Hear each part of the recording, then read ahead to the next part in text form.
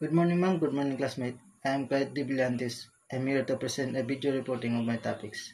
And it's all about terrorist negotiation.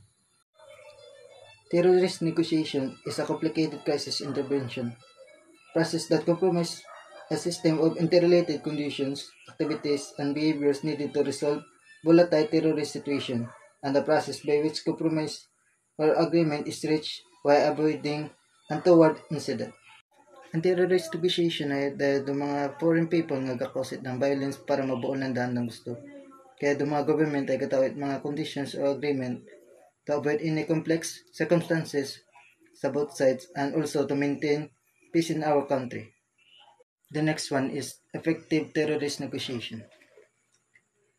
Consensus must be reached that the requirements for effective terrorist groups negotiation strategies should go beyond passive defensive to consider means of active prevention, preemption, and retaliation. The goal must be to prevent and deter future terrorist acts.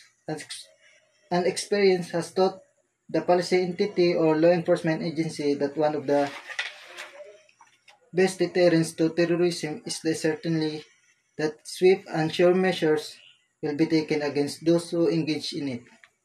Daya ang pag-negotiate sa mga terorista ay may specific ang strategies at diskarte para maiwasan ang maaari nga matabo while minimizing harm and focus on safety. Kadalas sa pagmamatabo nga hostage taking ay dyan gupisa doon negotiating. Pero brown gid man nanit mga hostage taker agod makatakas nila. At para man ma-ensure ang kabuhit ng hostage kaya nagkakaroon it ng negotiation. Next is task in terrorist negotiation. The police or law enforcement agencies negotiation task is difficult one. The goal is to give a little to make the terrorists give a lot. Pag negotiate mga law enforcement agencies sa mga terorista is a complex and difficult task. Diyan involved ang pag-intindi sa situation at safety ito stage, ang mga motibo ito terorista at the strategies can lead to peaceful resolution.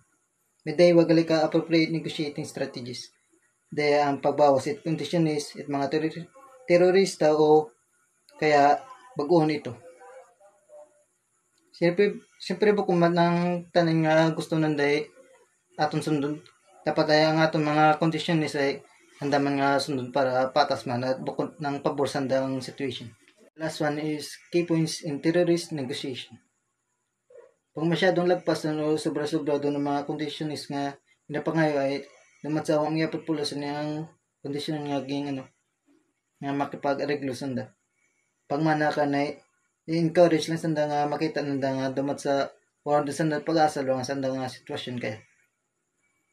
O kaya pakita sanda nga do mat pag-asa nga makipag-respond o makipag-cooperate nga itao andang kondisyon agud tumadula man sanda gana o at may isipan man nanda nga suko lang mga dili mamagyapat ng pulos ng naging obra nga to. That's all. Thank you. So, good morning everyone. Good morning ma'am. My name is Jamon Cesareso and I will be presenting my report on chapter 9, which is the topic is the guides in terrorist negotiation. The government policies against negotiating with terrorists, which is a major objection as it encourages them to repeat their tactics. However, the main issue is the degree to which terrorists can achieve their demands through negotiation.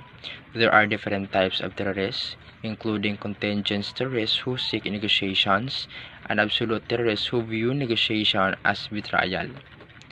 Effective negotiation requires moving total absolute into conditional and working on contingent terrorists to reduce or change their terms. Patience and persistence are key to dealing with both contingents or absolute terrorists. Negotiators should offer concession as a payment for abandoning violent terrorist act, not just the pressure of the terrorism itself. So negotiating with terrorists is complex and controversial issues. So in my explanation, so the most of government have a policy of not negotiating with terrorists. This is because it it is believed that giving in terrorist demand can encourage them to repeat their action, making them more likely to use violence in the future. And also, not all terrorists are the same. Some, like kidnappers, might be willing to negotiate to achieve their goals, and others, like suicide bombers, might see any negotiation as betrayal of their cause and refuse to compromise. An absolute terrorist. And the goal of negotiation with terrorists is to try and shift the thinking of absolute terrorists toward a more conditional approach. It has also involved working with contingent terrorists to reduce or change their demands. And effective negotiation is often happens with both sides feel they are in stalemate where both are suffering.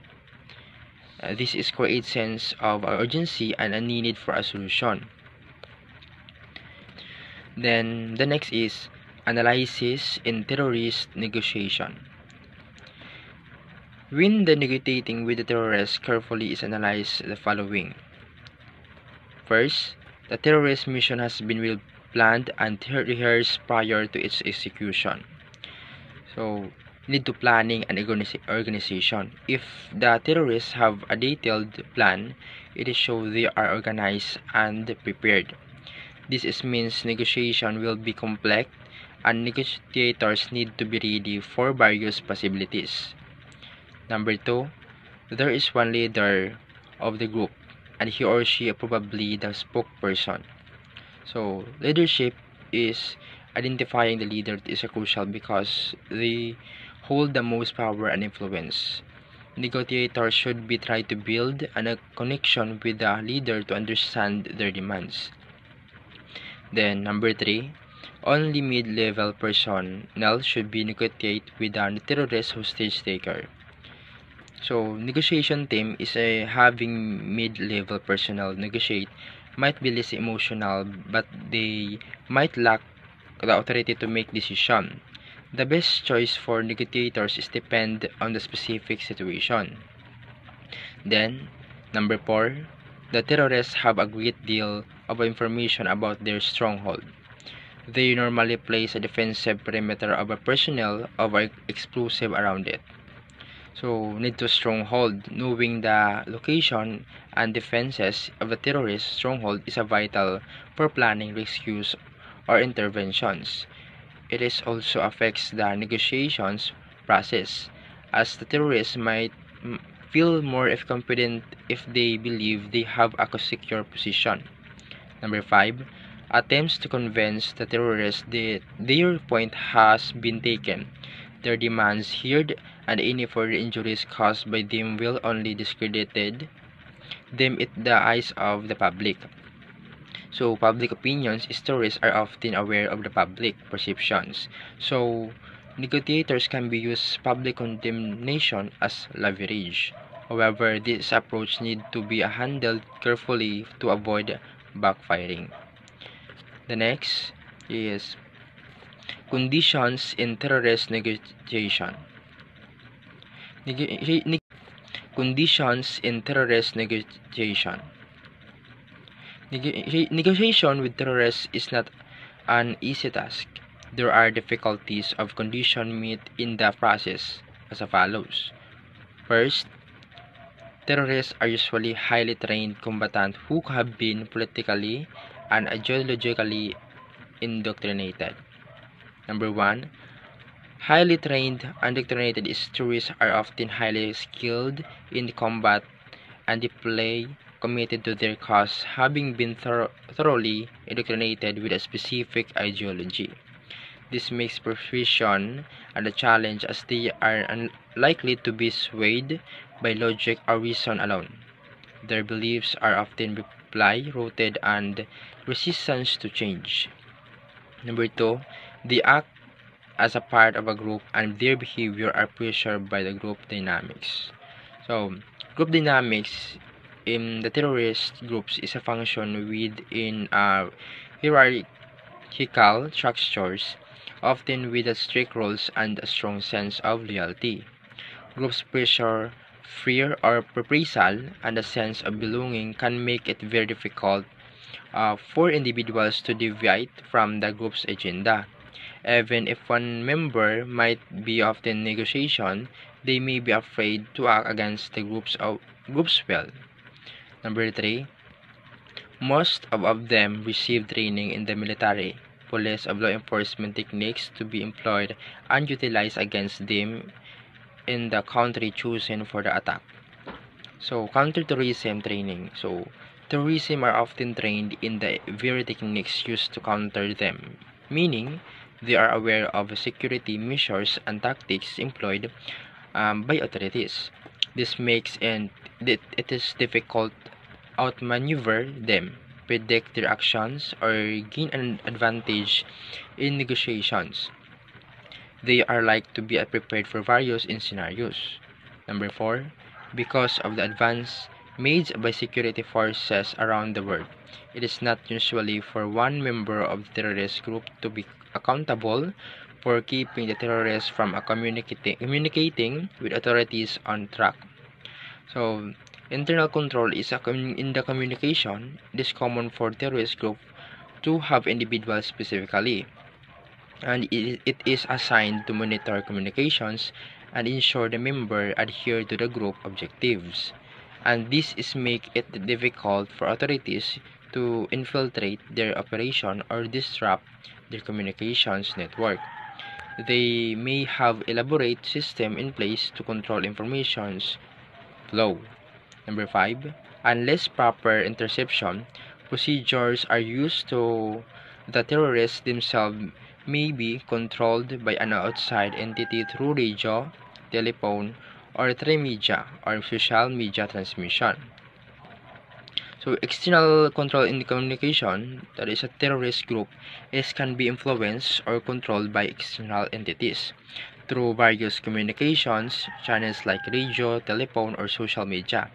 This make it is challenging to identify the true decision makers or to isolate the group from external support, and they may be receiving instructions or funding from sources outside. Constraint in Terrorist Negotiation. Terrorist Negotiation by Rafael Briagas. There are philosophical constraints encountered in negotiation with the terrorists. Some of them are as follows. Number 1. The growing vulnerability of society. That is, coupled with extraordinary advance in technology, offer an individual a real prospect to challenge the government monopoly on the use of force. 2. The terrorist hostage-taking drama is capable of producing acute conflict of principle that are not easy to resolve. 3. The terrorists are able to place the state of in an inconvenient position of declaring a value of human life. 4. By placing human life in jeopardy, the terrorist hostage takers set up a bargaining position. Requisite and terrorist negotiation. Control. This represents a condition whereby there is management of police resources, direction and control of all activities, and restricting the process and behavior of person at a near the target location. Anxiety. This represents a condition of anxiety on the part of terrorists, and provision are made by the police authorities for the management of anxiety. Time. This represents a condition where there is a passage of time and resolve and involve the following activities and behaviors. A. Control of response and activities of a person at or near the target location, and B. Problem solving on both the terrorists and the government through their respective negotiator, communication, These represent a condition of dialogue that enhance the negotiating effort that enable the attainment of the negotiating goal. These include attending, paraphrasing, reflection of feeling, probing, summarizing, association, interpreting, and confrontation. Dependency. These represent a condition wherein terrorist hostage taker develop a reliance on the negotiator. This consists of the following activities. A.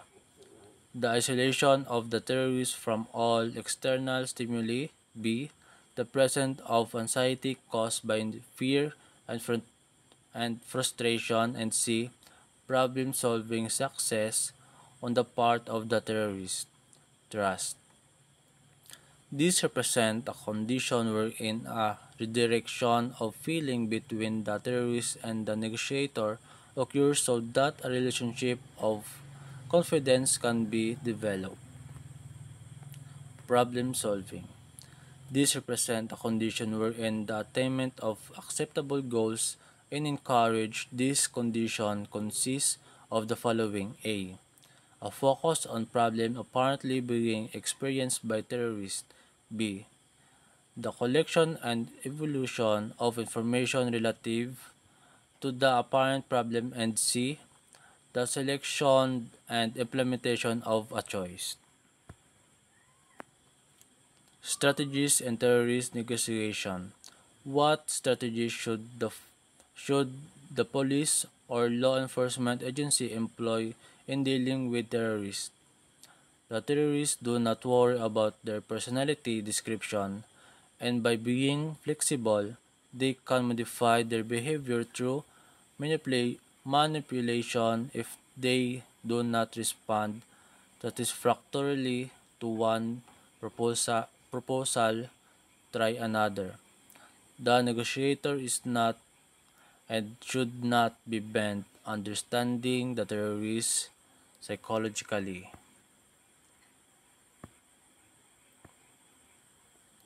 Reminders in terrorist negotiation. The following reminders should be considered in negotiation with terrorists. Only a society that holds human life to be of no account can maintain at all costs a truly inflexible hardline policy of no, no negotiation.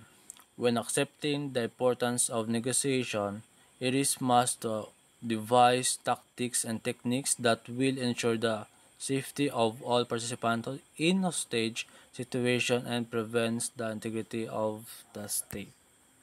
Thank you. Good day everyone, this is my part of our group report.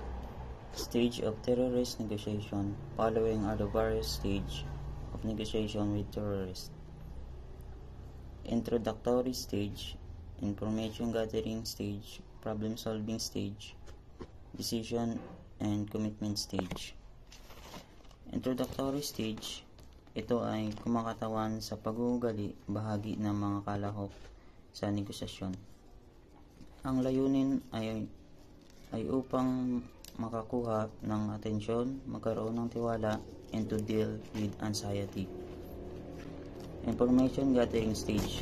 Ang layunin ay magtanong, makinig, at magbigay ng unak sa sitwasyon. Problem solving stage.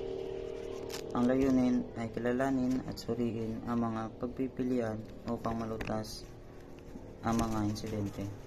Decision and commitment stage. Ang layunin ay pumili ng mga kurso na aksyon at upang ipatupad ang mga opsyon.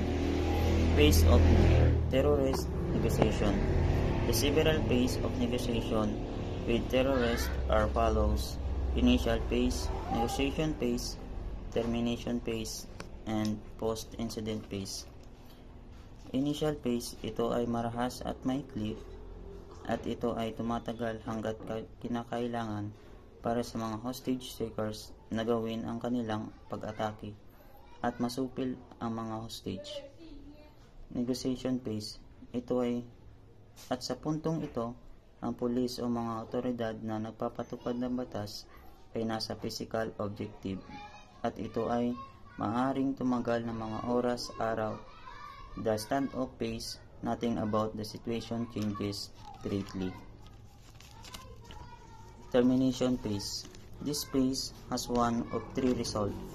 1. Ang mga hostage takers ay sumuko ng mapayapa at inaresto. 2. Sinasalakay ng mga pulis o mga opisyal ng batas ang mga hostage takers. 3. Ang mga hiniling ng mga hostage taker ay pinagbigyan. Post-incident phase. Pagkatapos ng insidente, maaaring kabilang sa mga epekto ang mga pagbabago sa katayunan ng mga pangkat na responsible. Good morning ma'am, good morning classmates. So this is my report about sa composition of negotiating team. So number 1, ang negotiating team coordinator.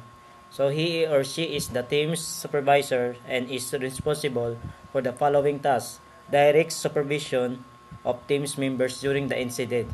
So sa number 1 yaray, ang supervisor na responsable sa pagdirekta sa mga miyembro ng team sa panahon ng mga insidente. So pagpili at pagsasanay sa kanila, pag-organisa ng pagsasanay, pagdodokumento at pagsusuri ng mga aktibidad. So sa number 2, primary negotiator. He or she is a team member who is assigned to directly communicate with the terrorists and is responsible for the following actions: establish direct and effective communication with the terrorists.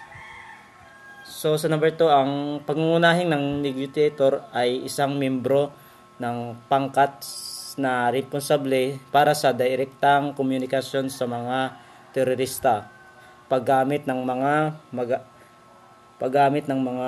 pamaraan, pagmamatili ng komunikasyon sa coach sa panahon ng mga insidente, at pagsuporta sa iba pang miyembro ng crisis management team, anuman ang personal na damdamin. So sa number 3, coach, he is or she is a team member and his or he position is at or near the primary negotiator. So sa number 3 nga rahay, pagsubaybay sa komunikasyon pagitan ng pangunahing negosyador at mga terorista, nag-aalok ng mga ideya at taktika at katalinuhan, pagtatala ng mga negosyasyon at pagiging handang pumasok kung kinakailangan. So sa number 4 ay chronographer. He is or she position himself or herself near the on-scene commander and records all pertinent activity on a chronographer's log report form. So sa number 4 ay isang chronographer ay may pananagutan sa pagtatala ng lahat ng aktibidad malapit sa on-scene commander. Tinitiyak ang napapanahon at naunawaan ng impormasyon, pagdodokumento ng mga notasyon ayon sa oras at aktibidad. So sa number 5, messenger. His or her role is important as he or she insulates the negotiator from spur of the moment recommendation of ground commander or other ultimate interferences into the negotiations. Simply having the negotiator physically separated from the command groups to ensure that time will be taken by all interested persons before offering suggestion. So, mahalagang papel sa paghiwalay ng negosyador mula sa mga ground commander at iba pang mga panghihimasok. Tinitiyak ang oras bago mag-alok ng mga mukahe o gumawa ng mga operational order. Dapat silang pisikal na naroroon sa silid ng pag-uusap at nagdadala ng nakasulat na komunikasyon. So, sa number 6 ay intelligence officers. The showed at least the 3 intelligence officers and they are responsible for providing the crisis management team or CMT with the information. So, opisyal ng paniktik ang may pananagutan sa pagbibigay ng impormasyon sa pangkat ng pamahalaan ng krisis. Kabilang ang pag-uugnay sa pangolekta ng impormasyon, pangangalap, pangsusuri, pagtatala at pagpapakalat mula sa iba pang papakunan or napapanahon at epektibong paggamit ng mga form ng ulat at pagtiyak na ang lahat ng impormasyon ay dokumentado. So, sa agreements in the terrorist negotiation.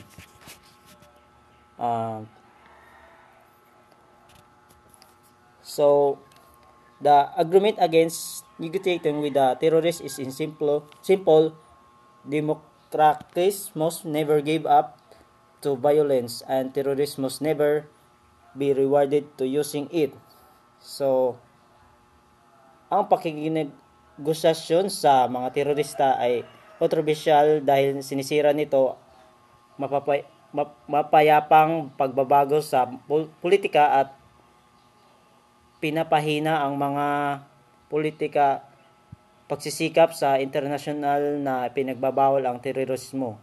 So, gayunpaman, ang mga demokratibong pamahalaan ay madalas na nakikipag-usap sa mga terorista tulad ng nakikita sa 1988 Spanish-British na negosasyon sa ETA at ang lihim na channel ng gobyerno ng Britanya sa Iraq. So, this is my report. Karama lang. Thank you, ma'am.